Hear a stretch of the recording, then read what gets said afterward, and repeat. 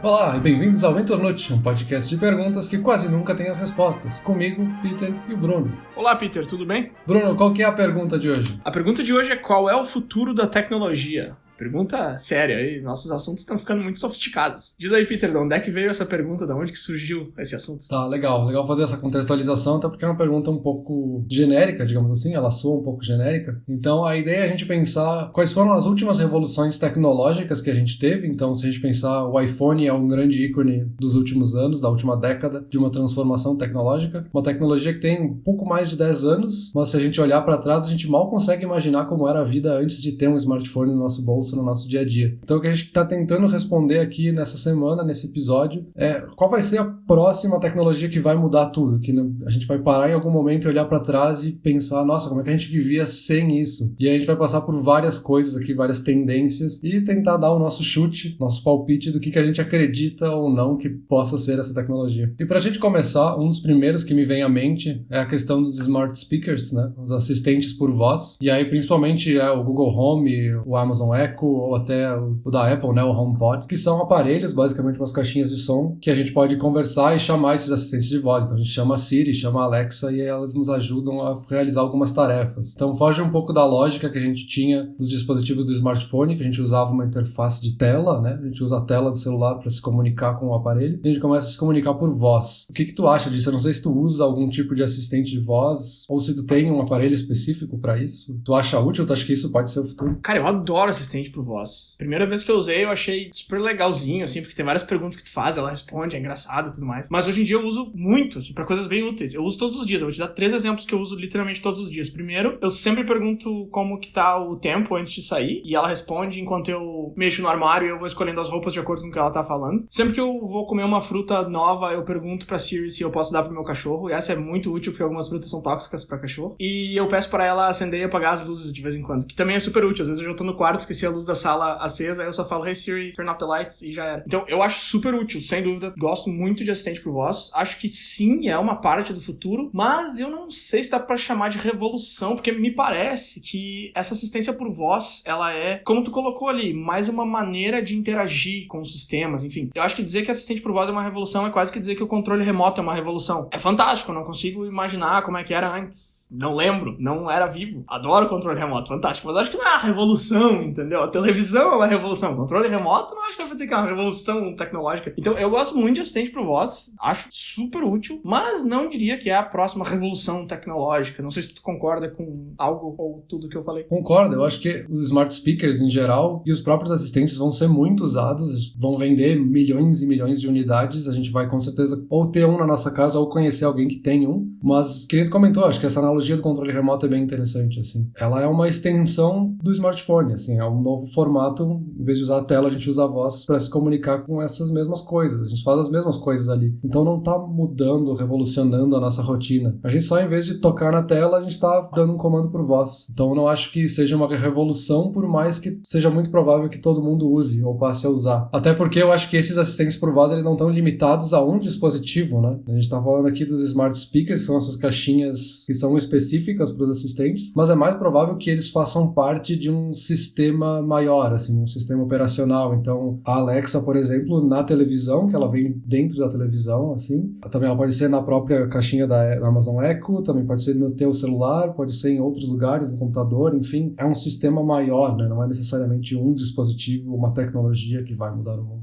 Eu tenho uma Alexa na minha TV também, nem lembrava, na TV do quarto eu tenho, mas eu não uso muito. E só pra fazer um gancho meio fora dentro do assunto, assistentes eu acho que não se delimitam só na voz, eu acho que a gente já tem assistentes que são quase pessoas, assim, que são robôs. Eu acho que aí é um pouco mais pro futuro, bem mais do que a gente tá falando, décadas talvez. Mas já existem robôs que ajudam as pessoas a fazer coisas. Óbvio que nas fábricas, nas indústrias, existem milhares de modelos diferentes que fazem várias funções, mas eu digo aquele robô de filme de ficção científica que parece uma pessoa e faz as coisas dentro de casa. Já existem vários protótipos, alguns funcionam bem, mas eu acho que até essa tecnologia chegar num patamar de preço que fique disponível pra todo mundo, a gente tá falando de muitos anos pra frente. Smith. Tem aquela que é a mais famosa, Sofia. Eu acho que ela fez um vídeo conversando com algum ator, se eu não me engano, com o Will Smith. Depois eu procuro pra gente botar aqui na descrição. E é muito interessante, parece que tu tá conversando com uma pessoa, é muito legal. Eu acho bacana. E do outro lado tem as pessoas que têm medo também da tecnologia, de dar muito poder à tecnologia, assim. Eu sempre achei que era meio viajado dizer que um robô pode se voltar contra a humanidade, mas sei lá, vai saber, né? Eu tava assistindo 2001, aquele filme do Kubrick, de milhões de anos atrás, e o robô meio que se volta contra eles, e é um motivo bem plausível, assim, o robô recebe uma ordem, e pra executar aquela ordem ele tem que fazer coisas que os humanos não querem que ele faça, mas ele recebeu a ordem, o robô é feito pra seguir a ordem. Então isso é uma coisa que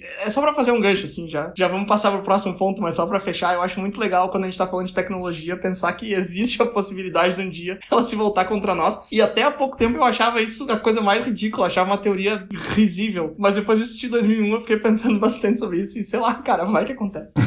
A gente tem que cuidar, de fato. Existe até uma iniciativa, né, desses grandes pesquisadores de inteligência artificial, a gente vai falar disso mais pra frente, mas o próprio Elon Musk, o Bill Gates e outros fazem parte, acho que é OpenAI, o nome da iniciativa, que é justamente para que possam desenvolver de forma segura essa tecnologia, para que não cause esses conflitos, enfim. Uma outra tendência que a gente vê muito no noticiário e que já está aparecendo mais no dia a dia das pessoas são essas tecnologias que são colocadas nessa categoria de wellness, uma categoria de, se fosse traduzir, de bem-estar, que é basicamente uma mistura de produtos para consumidor para a saúde, então que vão ajudar em alguma coisa no nosso dia a dia, no nosso bem-estar especificamente. Então a gente tem os smartwatches ou as smartbands que monitoram a nossa frequência cardíaca, as nossas atividades físicas, dão aqueles avisos, né, de ter que ficar em pé por um tempo, que tá muito tempo sentado, essas coisas. Aqui eu acho interessante, eu até queria fazer um comentário, uma anedota pessoal, talvez, mas eu tinha muito interesse em smartwatches, principalmente o Apple Watch me parece bem interessante para várias coisas, assim, facilitar notificações e tarefas simples que a gente precisa ficar tirando o celular do bolso toda vez para fazer. Me parece que o Apple Watch agilizaria nessas coisas, mas eu fiquei muito na dúvida em fazer um investimento no Apple Watch, porque a gente sabe que ele não é muito barato. E aí eu acabei ganhando uma Smart Band, na verdade, né, que é mais específica para atividade física. E no começo eu fiquei super animado, assim, usava todas as funções, com frequência eu ficava ali testando na minha frequência cardíaca, como se eu tivesse algum problema de saúde, mas era simplesmente para ver o número, que eu achava super divertido. E foi tipo isso, assim, nos primeiros 3 meses era super legal, eu acompanhava, toda vez que eu fazia algum exercício físico eu ativava o aplicativo que era específico para isso. Eu usava muito, depois usava os gráficos também para ver como é que era a minha evolução, desempenho e tal. Tipo, realmente é bem interessante. Mas depois de uns 3 meses,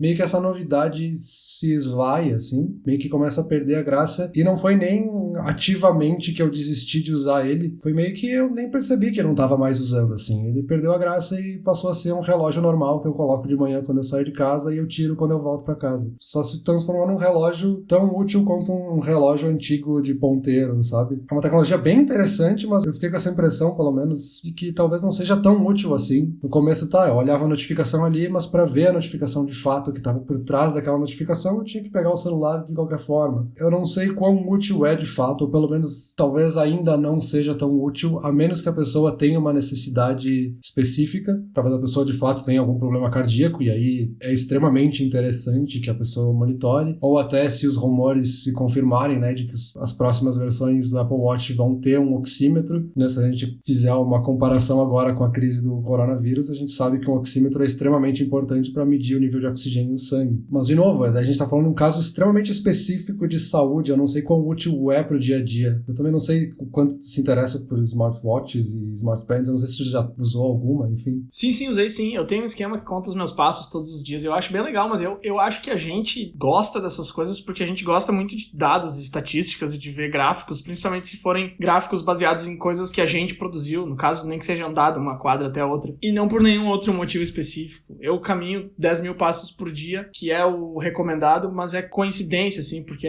a distância do meu trabalho até em casa dá 8 mil, alguma coisa assim. É uma informação que eu acho legal ter, mas não muda muito minha vida. Eu não diria que é uma grande revolução. Eu acho interessante esse negócio de itens usáveis, né, os wearables. Eu lembro que se falava muito sobre isso, sei lá, uns 10 anos atrás, que a nova tecnologia, depois do celular, vai ser as coisas que tu usa no teu corpo. Vai ser um relógio que faz tudo que um celular faz, ou uma pulseira, ou um monte de coisa. Eu lembro que há muito tempo atrás eu vi um protótipo de um cara que tinha uns anéis, ele tinha anéis em todos os dedos, um anel pra cada dedo, e aí os anéis tinham microprojetores que projetavam a imagem numa parede, e o cara era tipo um computador humano, assim. E eu achei, nossa, que fantástico! Tá aí o futuro. Não, tipo, já faz muito tempo isso, eu nunca mais ouvi falar de nada parecido. Eu acho que se isso for ser o futuro, também vai ser muito mais pra frente. Tipo aquelas coisas clássicas que a gente vê em filme de ficção científica. De novo eu tô citando ficção científica porque eu acho que muita coisa que tem lá é bobagem, entre aspas, mas ele se baseia em algum lugar. De novo, o filme que eu comentei antes, que é dos anos 60, 50, alguma coisa assim, o cara faz um FaceTime com a filha. É claro que é numa TVzão gigante e eles usam um monte de equipamento, mas é uma coisa que ele previu e que aconteceu. Previsão de tecnologia e ficção científica andam lado a lado até certo ponto. E o que eu dizia é que nesses filmes o clássico é o cara ter um olho que enxerga um relógio no canto, ou que vê através de parede, sei lá. Acho que isso pode acontecer. Já tem estudos e protótipos de membros que fazem coisas a mais, mas isso eu acho que é muito pro futuro, assim. Eu acho que wearables, esses itens usáveis como o Apple Watch, por exemplo, era pra ser a grande revolução, não foi, voltou a dormir e acho que daqui a algumas décadas de repente acorda de novo. É porque, de novo, são sempre usos muito específicos. Mesmo essa questão, assim, da gente se interessar por dados, isso é um nicho muito específico de mercado para ser uma revolução e algo que vai mudar o mundo. Olhando especificamente para os smartwatches, parece que é simplesmente um relógio caro com algumas coisas a mais ali dentro. E mesmo as tecnologias vestíveis como um todo, né? Me parece que às vezes o fato de ter tudo no celular, por mais que seja um incômodo maior, às vezes tirar o celular do bolso ou não, essa questão da convergência de ter tudo ali na tela do celular, naquela caixinha, parece que acaba sendo mais cômodo do que de fato ter a informação mais acessível no pulso, por exemplo. Até porque no pulso tu não consegue fazer muita coisa, né? Tu vê que chegou uma notificação, mas tu não consegue nem ler a mensagem inteira se for maior, é difícil de responder, é tudo bem mais complicado. Acho que é uma extensão legal do celular, mas não é uma revolução no cenário. E ainda falando de saúde, na verdade, né? Agora saúde no nível mais medicina especificamente, não saúde de bem-estar pessoal, mas a gente tem certamente chegando num futuro não tão distante a questão de cirurgias à distância, né? Os médicos podendo fazer consultas de um país para o outro e operando um robô à distância para fazer a cirurgia no paciente. E além disso, a gente tem também a possibilidade de ter remédios que são criados especificamente para uma pessoa. Então, basicamente, se imprime a pílula especificamente para aquela pessoa de acordo com todos os dados que são coletados da vida da pessoa, de como é que ela faz as atividades físicas, que hora ela acorda, enfim, todos os dados possíveis que são impressos dentro do remédio para ser o mais efetivo possível com o mínimo de efeitos colaterais. Pô, legal, bem personalizado. Isso aí da cirurgia à distância já existe? Os caras já estão fazendo isso ou é tipo um projeto? Não, na verdade, pelo menos o que eu li é que são apenas testes, porque depende muito de uma conexão de internet. E aí, quando a gente fala de conexão de internet, não pode ser só uma conexão de internet, né? É tipo um voo de avião, assim, precisa ter vários checks por trás, assim, se uma coisa falhar, tem que ter outra para substituir por um tempo. Então, se ficar sem internet no hospital, a cirurgia tem que parar, imagina o caos que seria no meio de uma cirurgia ter uma pausa dessas. E aí se fala muito e se associa muito essa questão de cirurgias com a questão do 5G, que é outro ponto aqui da nossa conversa, né? Do quanto o 5G em si é uma revolução. 5G que a gente fala, né? A questão de dados do celular, então a gente tinha o 3G, agora a gente está no 4G, a gente iria para o 5G. Para cada uma dessas gerações, a gente tem um salto absurdo na velocidade, e o 5G seria, então, a velocidade mais alta que a gente teria até agora, e muitos colocam isso como uma revolução, que talvez seria, eu acredito nesse argumento de que poderia ser uma revolução. Geralmente quem traz esse argumento acha que o 5G vai acontecer meio da noite pro dia, sendo que se a gente olhar como funciona o 5G, e eu vou até deixar um videozinho ali que explica um pouco sobre esse assunto na descrição, o 5G tem uma questão de infraestrutura muito complicada. A gente tem poucos fornecedores no mundo que fornecem as antenas para o 5G. O 5G opera numa frequência extremamente alta, eles chamam de millimeter wave, então são ondas que trabalham em milímetros de distância entre uma onda e outra, e aí qualquer coisa pode interferir no sinal. Então, tipo, se estiver chovendo entre mim e a antena, não vai funcionar, tá? Vai ter interferência, vai perder velocidade. Então, é uma questão de infraestrutura que ainda não foi resolvida. E a solução, entre aspas, que a gente tem para isso é espalhar centenas de antenas por todos os lados. Então, pensa se cada poste de luz que a gente tem na rua teria que ter uma antena de 5G para poder ter uma conexão entre uma antena e outra, e aí quando tu caminhar na rua, tu não perder o sinal no meio do caminho. Olha o nível absurdo que a gente teria de infraestrutura, de investimento. Quando que isso chegaria para todas as pessoas, sabe? Levariam décadas, eu acho, pra gente ter tudo isso, sabe? A gente mal tem 4G em todos os lugares hoje. Claro, se a gente pensar no centro de Nova York, com certeza eles vão ter 5G muito rápido, mas não é o suficiente para ser uma revolução tecnológica, sabe? Cara, interessante essa tua explicação. Eu tava rindo sozinho aqui porque eu li eu li bem pouco sobre 5G, eu não sabia quase nada disso que tu falou agora, obrigado pelas informações, e o pouco que eu li, o pessoal escreve como,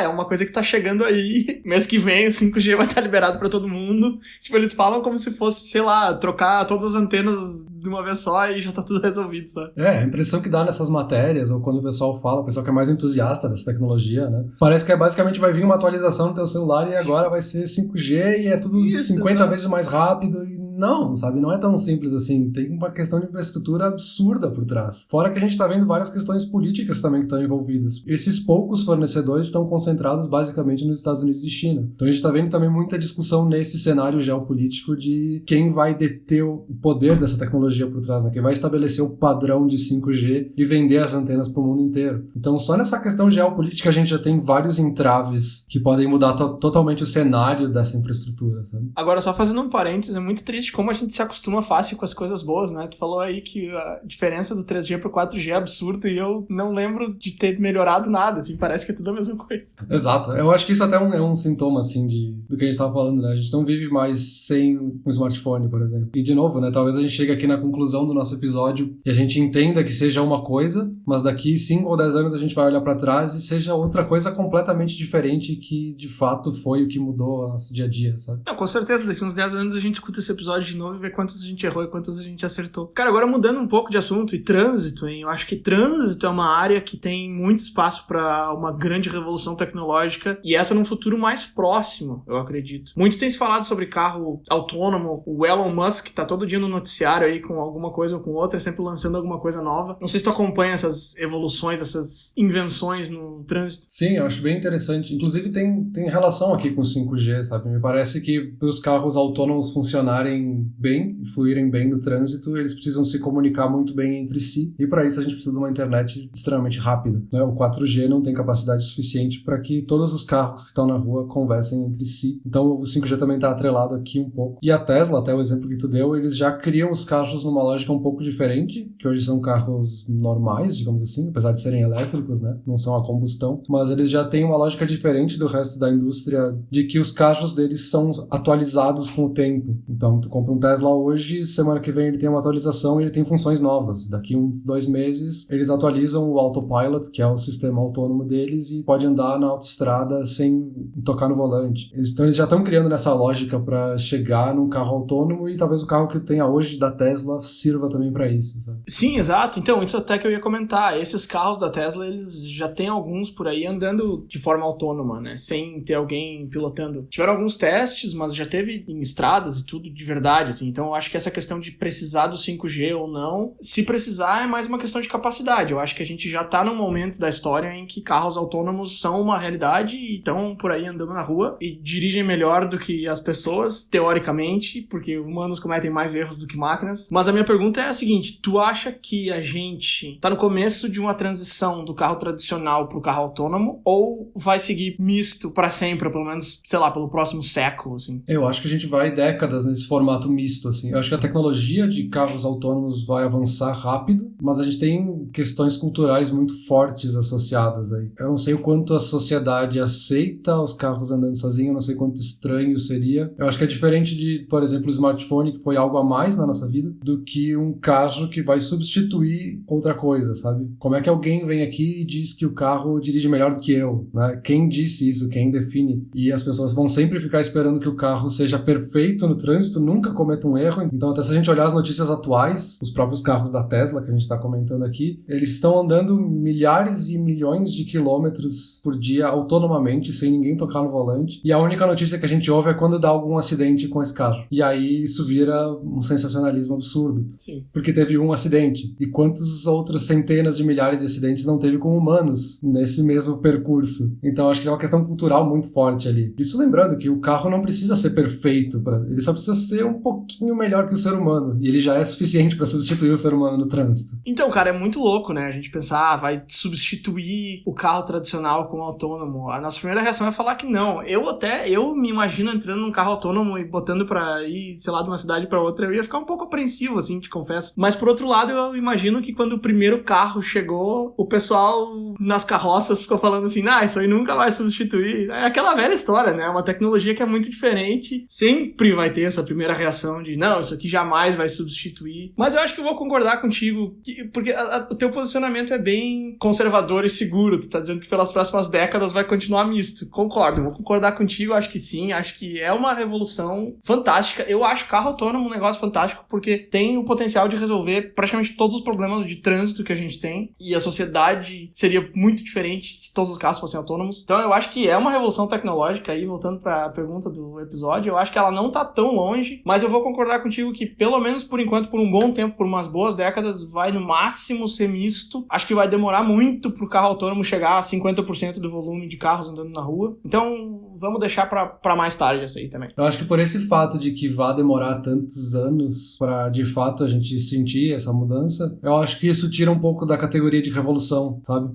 Uhum. Revolução me parece que é algo que tem que acontecer mais espontaneamente, assim, num período mais curto de tempo. Tipo, o iPhone, se a gente pensar, o primeiro iPhone foi lançado em 2007. Em 10 anos, a gente teve uma mudança total na forma que a gente se comunica. Uhum. Se a gente tivesse carros autônomos e em 10 anos eles tivessem na porcentagem de usuários que aconteceu com o iPhone, por exemplo, aí de fato seria uma revolução, mas eu acho que vai demorar muito mais tempo por isso, por todas essas resistências culturais que a gente provavelmente teria. Mas de repente a gente pode ter um acontecimento que seja a revolução, tipo, sei lá, chegar um carro autônomo que custa menos do que um carro popular. Aí, tipo, essa é a revolução, e aí dali pra frente, em 5 anos, já mudou tudo, sabe? Pode ser, tanto que a gente fica citando aqui o iPhone, mas a gente tá falando de smartphones como um todo. E o iPhone não foi, de fato, o primeiro smartphone. Existiam antes. Então pode ser que a gente tenha algum acontecimento que seja culturalmente lembrado mais, enfim. Isso, exato. Só que eu acho que tem tantas tecnologias por trás do carro que a gente vai ver isso sendo colocado como algo incremental, assim. Talvez primeiro a gente vai começar a ter mais carros elétricos, para depois ter carros com telas maiores, depois carros com alguma tecnologia um pouquinho autônoma, para depois, sabe? A gente vai avançando aos poucos, assim. Sim. A Amazon que tá comprando uma empresa de carro autônomo, né? A Amazon, eu gosto de me basear na Amazon porque eles são donos de muitas empresas, eles são uma das maiores empresas do mundo, então sempre que eles colocam a mão em algum setor, eu penso, opa, aí tem coisa, porque se a Amazon tá interessada, é porque alguma coisa tem, né? Não, e a Amazon não é nem a única, né? A própria Alphabet, que é a dona do Google, também tem uma empresa dentro do grupo que é focada em carros autônomos. O Uber também faz investimentos absurdos em carros autônomos, enfim, tem várias empresas gigantes fazendo isso. Tem até consórcios entre empresas de carros, né? Indústrias de carros antigas. Eu não sei exatamente quais marcas fazem parte desse consórcio, mas elas se juntaram para estudar tecnologias autônomas juntas. Então, é algo de fato que se aposta muito. Agora que eu comentei do Uber, me fez pensar numa coisa bem pontual, assim, específica, mas se a gente pensar nessas últimas revoluções, ou que a gente entende aqui como revolução, elas estão todas meio ligadas à comunicação. Então, a gente tem a internet como uma revolução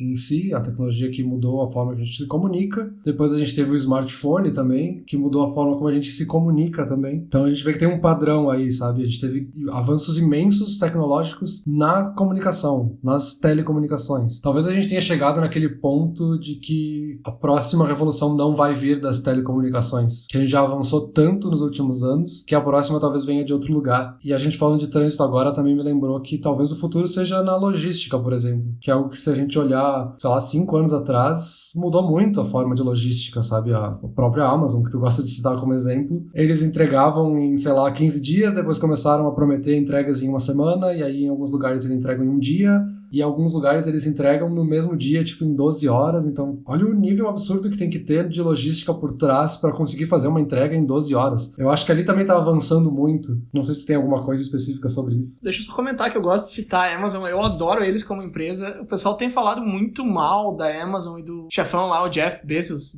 sei lá como é. Porque ele tá prestes a se tornar o primeiro trilionário da história e aí, de repente, todo mundo odeia o cara, mas a empresa dele é fantástica, velho. Eu só queria fazer esse parênteses. Eu sou fãzaço da Amazon. Mas ele é o arqui-inimigo do Elon Musk. Tem que ficar do lado de um ou do outro. Cara, vou te confessar que eu não me importo nem um pouco com esses dramas aí.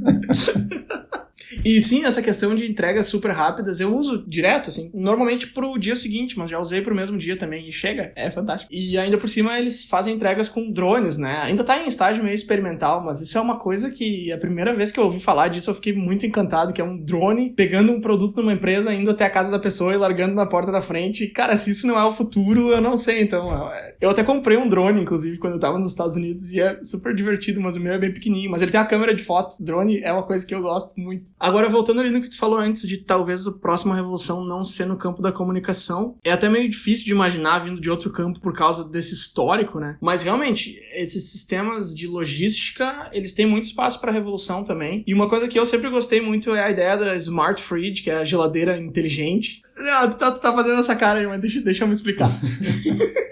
Áudio não tem vídeo, então ninguém tá vendo a minha cara.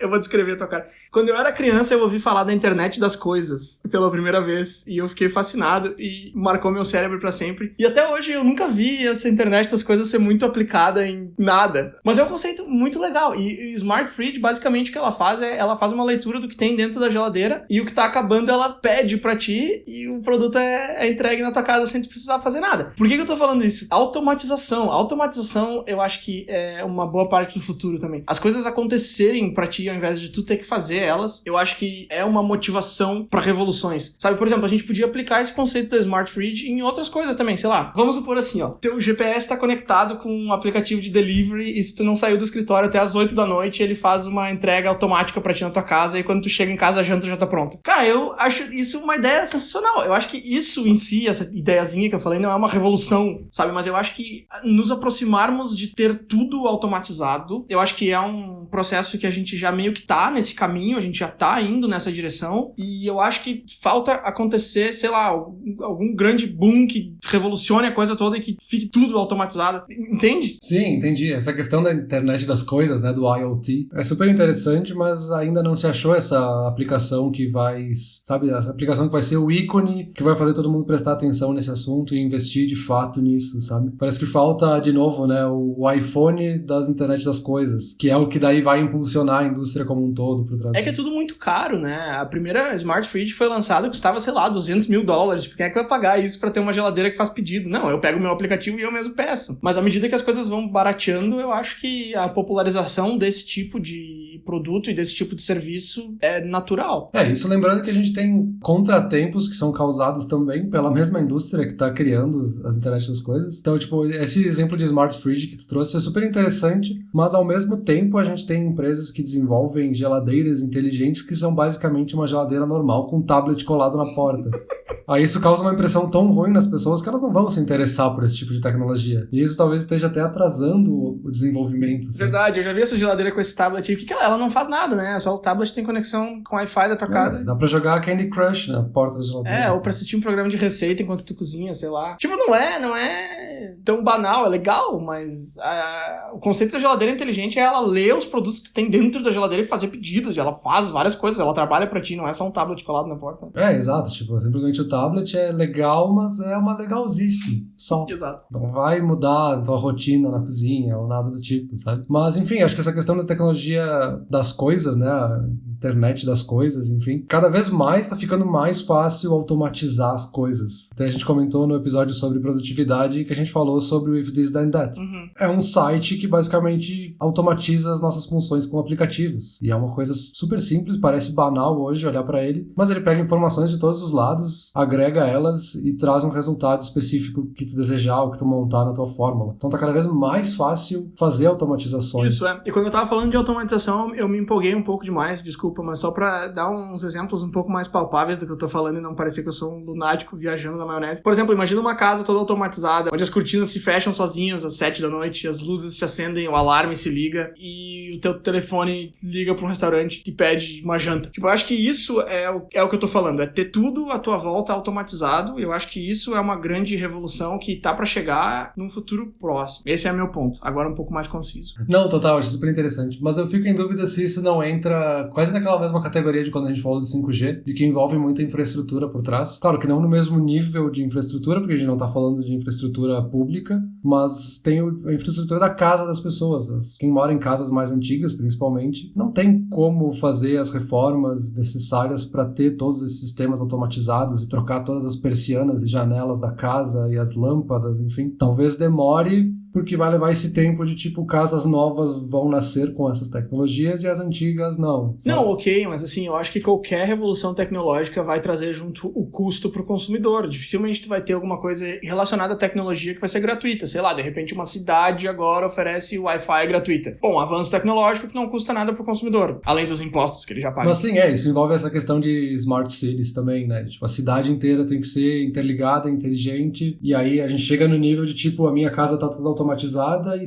pode se comunicar com a casa do meu vizinho para fazer algum alerta ou fazer alguma notificação para ele também. Então tem várias outras questões por trás aí. E até a gente tem aquele exemplo, né? Se não me engano, no Japão, agora não lembro exatamente qual é a cidade, mas a gente já tem uma cidade sendo construída especificamente com o intuito de ser a primeira smart city como um todo, assim, toda pensada para ser smart e conectada, enfim. Sim, aí a gente fechou um círculo completo onde a gente tentou sair das revoluções na comunicação, foi pra automatização e voltou a falar de uma casa se comunicando com a outra e a gente tá em comunicação de novo. Eu acho que a nossa última esperança é no setor da manufatura e produção, que eu acho que tem uma revolução legal aí batendo na porta e que não tá diretamente relacionada com comunicação, que é a impressão 3D. Eu não sei, eu até me senti meio mal agora falando de impressão 3D, porque já se fala disso há tantos anos e nunca pegou, né? Mas eu acho que potencial tem. O que tu acha sobre impressão 3D? Eu acho que cai naquela ideia de que a gente falou de smartwatches e tecnologias vestíveis, sabe? É um negócio muito legal, muito absurdo quando a gente tenta imaginar as impressoras 3D e, tipo, as aplicações delas. Tipo, tem gente que imprime arma em 3D, sabe? Nessas impressoras. É um negócio absurdo. Olha como muda a rotina, como muda a percepção das coisas. Mas, de novo, eu acho que são casos de uso tão específicos que não vai ser todo mundo que vai ter uma impressora 3D em casa. Vai ser o cara que talvez trabalhe com algo que precise ou que seja útil ter uma impressora dessas. Ou não. Tipo, eu não consigo me imaginar tendo uma impressora 3D. Eu vou imprimir o quê? Vou ficar imprimindo... Não. Sei lá, brinquedo pra botar na estante? Sei lá. Um peso pra papel, sei lá. Não, mas falando sério, eu acho que isso de ter uma impressora 3D em casa nunca vai acontecer. As pessoas hoje em dia nem impressora tem mais em casa.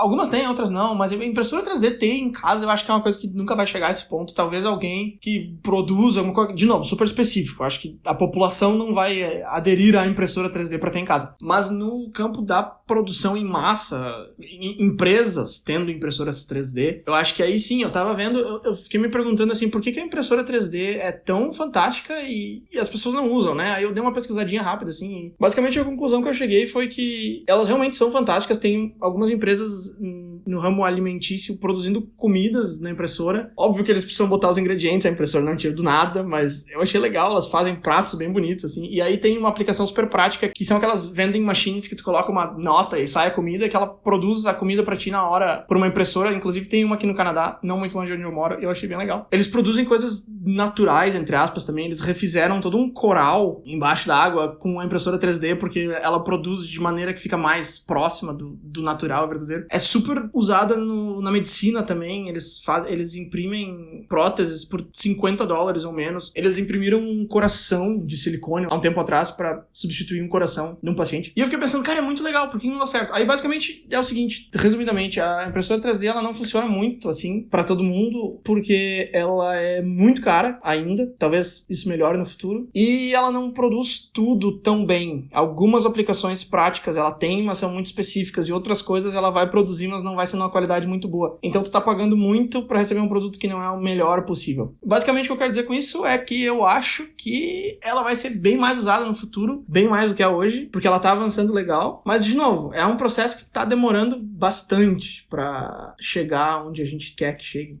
De novo, é uma tecnologia muito interessante. Tipo, tem laboratórios que estão imprimindo carne, pra não precisar matar os animais pra produzir carne. Então, tipo, pode imprimir carne no laboratório. É um negócio absurdo de se pensar, e que talvez seja o futuro de fato, mas é um caso de uso extremamente específico. Me parece que é um uso muito mais prático para uma indústria, por exemplo. As indústrias vão ter dentro das suas fábricas impressoras 3D, da mesma forma que elas têm, sei lá, impressoras a laser e máquinas que fazem cortes a laser, esse tipo de coisa, do que ter em casa uma impressora 3D ou algo... A gente está falando aqui de revoluções que impactam a rotina e o dia a dia do consumidor, das pessoas no seu dia a dia. Então acho que não é o caso da impressora 3D aqui. Não, acho que impactaria indiretamente indiretamente. Exato. E até tu comentou também, a impressora 3D é algo que a gente já fala há muito tempo, e outra tecnologia que a gente já fala há muito tempo e que está demorando para acontecer, entre aspas, é a realidade virtual ou a realidade aumentada. A gente tem casos de uso prático lá pelo menos dos anos 80, então se a gente olhar para o Virtual Boy da Nintendo, era já um videogame que usava a realidade virtual, entre aspas, né? Que a gente sabe que não era uma tecnologia muito avançada. E aí depois voltou de novo com o PlayStation 3, se não me engano, que tinha lá um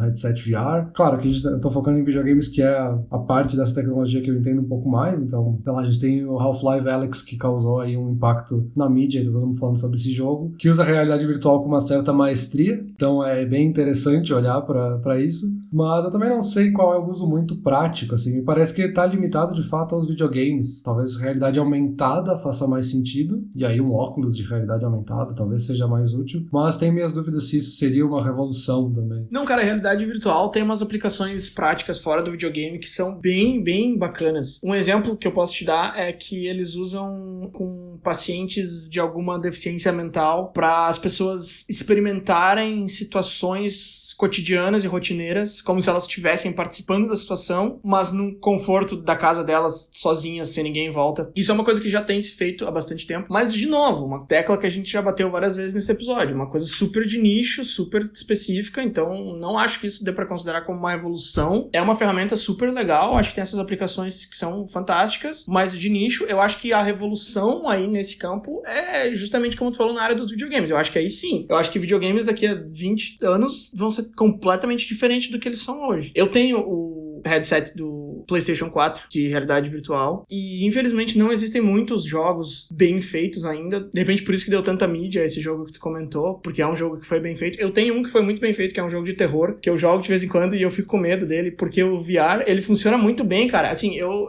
comento isso, não é tipo por bobagem, é porque eu não tenho medo dessas coisas, tipo filme, jogo e tudo mais, eu acho tudo babaca. Mas quando eu jogo com a realidade virtual, é outra coisa, outra experiência, não é a mesma coisa do que jogar um videogame sentado no sofá, é outra experiência, sabe? E eu acho que isso dá pra chamar de revolução, ainda que seja só no campo do videogame, do lazer, mas eu acho que isso é uma revolução que não tá começando agora, ela começou há pouco tempo, mas ela tá engrenando agora, sabe? As coisas estão chegando, porque a tecnologia já existe e ela tá bem embasada, e tá começando a chegar conteúdo que conversa bem com essa tecnologia, e por isso que eu acho que daqui a poucos anos, eu falei 20, mas acho que menos, o videogame vai ser bem diferente do que ele é hoje. Talvez o que existe hoje ainda vai existir, quase certo disso, mas vai existir também uma outra modalidade que vai ser super diferente disso que a gente tem hoje, e é o que eu acho. A realidade virtual aplicada aos videogames me parece que cumpre muito bem essa função de imersão nos jogos. Tipo, de fato, a tela tá tão próxima que tu se sente dentro do jogo, assim, olhar pros lados é a mesma reação que o jogador tem na tela, assim. Mas eu não sei se isso conta como uma revolução no que a gente tá comparando aqui com as outras tecnologias, porque a gente tá limitando só ao videogame. E aí eu concordo contigo, de fato, eu acho que pode ser uma revolução, mas nos videogames. Eu acho que limita um pouco essa revolução.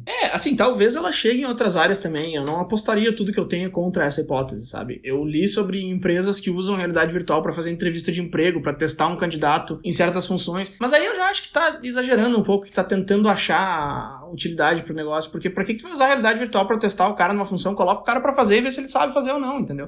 Acho que aí já é um pouco demais, assim, não sei. O que eu tô querendo dizer é que talvez seja uma revolução, cara. Talvez daqui a pouco a realidade virtual chega aí, toma conta de tudo e entra em várias outras indústrias também, mas acho que não.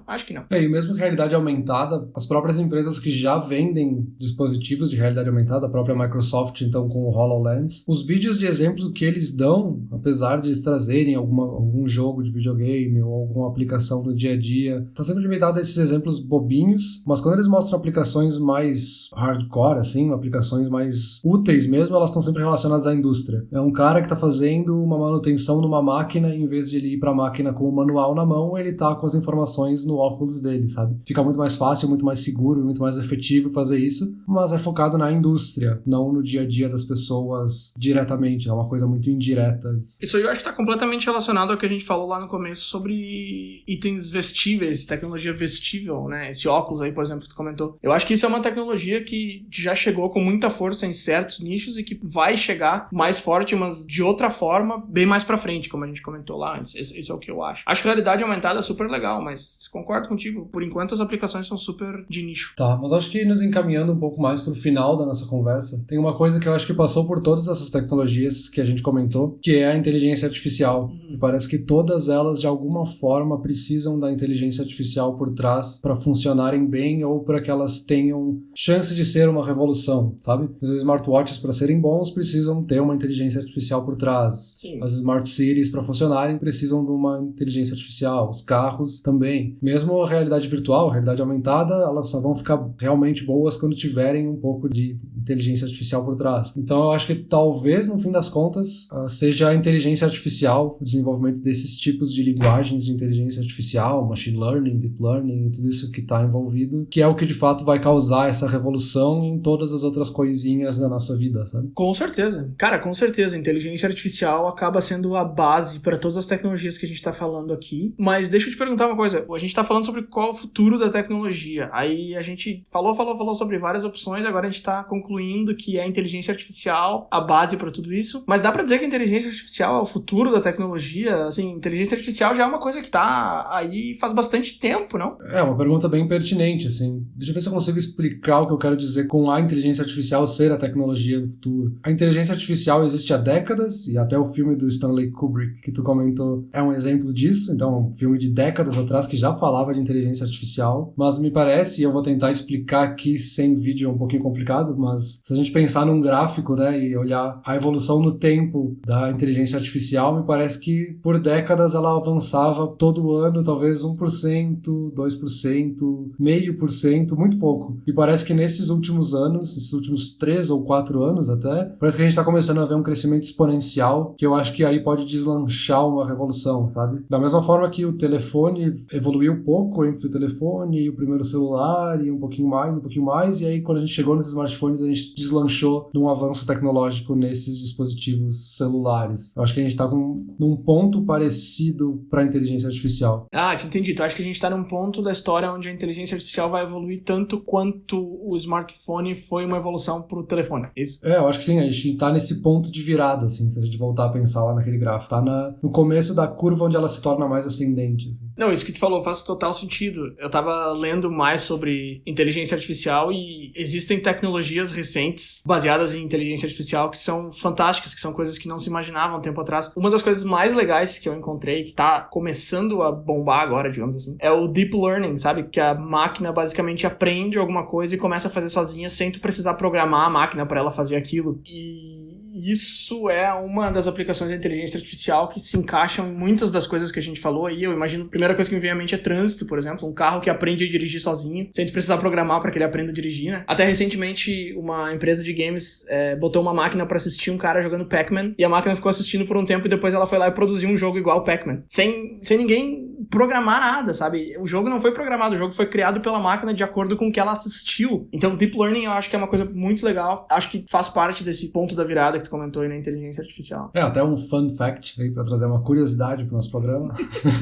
Sabe quando a gente tá usando algum site ou coisa assim, ele pede uma confirmação, tipo, você é um humano, tem que marcar que ele não sou um robô, e às vezes a gente mostra várias imagens e tipo, quais imagens aqui tem uma sinaleira, ou quais imagens mostram uma ponte. Sempre que a gente tá fazendo isso, a gente tá ensinando um robô a dirigir autonomamente. Então, isso tá ligado a uma central que usa esses dados dessas fotos pros carros começarem a aprender a andar sozinhos, sabe? Sim, eu não sei se as pessoas perceberam isso, mas há um tempo atrás era texto, né? Tu tinha que imitar uma palavra que aparecia, porque naquela época o que eles estavam fazendo? Eles estavam digitalizando livros que existiam, então eles estavam aprendendo as palavras. Agora eles estão ensinando carros a dirigir, então não é mais o texto, são fotos. E as fotos sempre são relacionadas a tráfego, né? Sempre uma bicicleta, um barco, um carro, é muito legal isso. E como tem milhões de pessoas preenchendo formulários e clicando e confirmando informações na internet o tempo inteiro, são milhões desses dados que são coletados todos os dias. Tá, mas me diz uma coisa, tu acha que comentou aí de apocalipse robô, tu acha que a inteligência artificial vai substituir tudo em todas as áreas? Tipo, todos nós vamos perder os nossos empregos e... Cara... não existe vida após a inteligência artificial? Peraí, vamos por parte. Eu não falei de apocalipse robô. Cara, o que eu imagino é o seguinte, pensa na seguinte cena, tá? Vamos dizer que a gente tá no ano 2100 e tem um robô, um androide que vive contigo e tu vai no mercado e tu fala assim pro teu androide, protege meu filho a todos os custos. Aí tu sai, aí chega um irmão teu que ele não conhece e tenta abraçar e o androide tem que proteger o filho, então ele vai atacar o humano, sabe? Era isso que eu tava falando, não é um apocalipse robô. Eu não acho que isso vai acontecer, eu não acho que todo mundo vai perder seus empregos por causa de tecnologia tecnologia. Eu não sei,